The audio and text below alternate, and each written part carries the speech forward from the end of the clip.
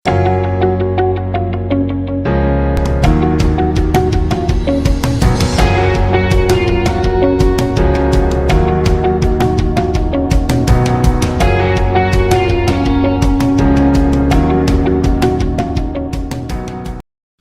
वालेकुम, my name is Fazal Wahab, you are watching my YouTube channel. आज के वीडियो में हम पेंडुलम को, सिंपल पेंडुलम को डिस्कस करेंगे और डिटेल के साथ उसको डिस्कस करेंगे। ये हमारे पास सिंपल पेंडुलम क्या होता है, एक स्ट्रिंग है, ठीक है, जिसकी लेंथ L है और इसके साथ आपने कोई मेटालिक बॉब, कोई भी चीज़ जिसका कोई वेव मास हो, आपने उसके साथ एक सिरे के साथ बांध लिया। दूसरे सिरे के साथ एक रिजिड सपोर्ट के साथ, एक फिक्स रिजिड सपोर्ट के साथ आपने उसको बांध लिया, इसको फिक्स कर दिया। दूसरे सिरे के साथ, जिसके साथ आपने एक मेटालिक बॉब या कोई बॉल या कोई चीज़ आपने बांधी हुई है, इसको आपने नीचे लटका दिया, ठीक है। अब हम क्या करेंगे कि इस बॉब को लेके जाएंगे एक्सट्रीम पोजीशन पे, यहाँ पे लेकर आ जाएंगे और यहाँ से फिर जब हम इसको छोड़ेंगे, ठीक है, जब हम इसको छोड़ेंगे तो ये यहाँ से देखिए, यहाँ पे क्या होगा, जब हम इसको ऊपर लेके जाएंगे थोड़ा सा ही ऊपर की तरफ उठ जाएगा, ये नज़र आ रहा है आपको। तो ये कुछ पोटेंशियल एनर्जी उसके अंदर स्टोर हो जाएगी जो कि mgh के बराबर होती है, ठीक है।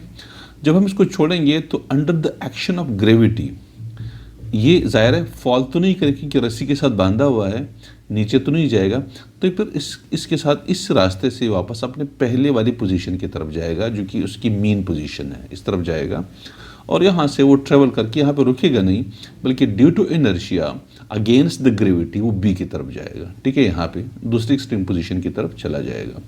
यानी ऐसे पहले हमने इसको मीन पोजीशन से डिस्प्लेस किया, ए की तरफ लेकर आ गए, थोड़ा सा ज़मीन से ऊपर उठ जाएगा, उसके अंदर पोटेंशियल एनर्जी स्टोर हो जाएगी।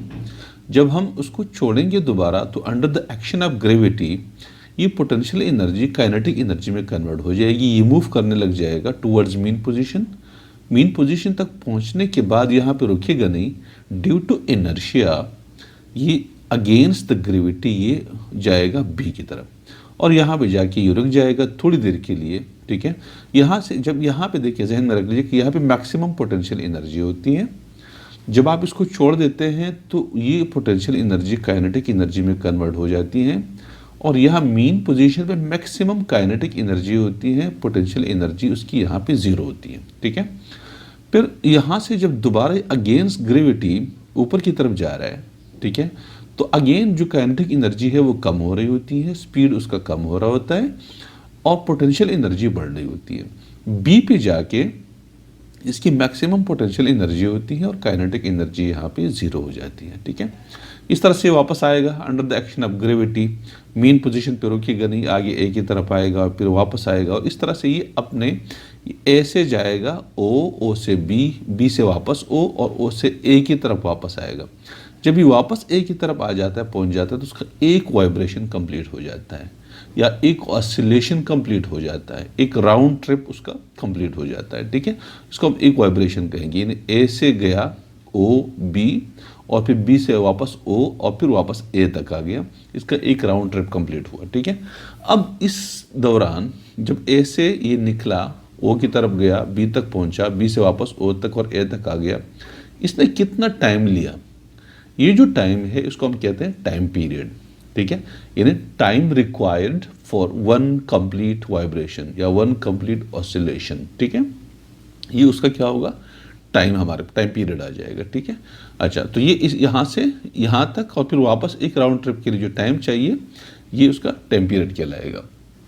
इसका ये जो टाइम पीरियड होता है ये डिपेंड कर लेता है उसका लेंथ के ऊपर, ठीक है, लेंथ के ऊपर और ग्रेविटेशनल एक्सेलरेशन के ऊपर।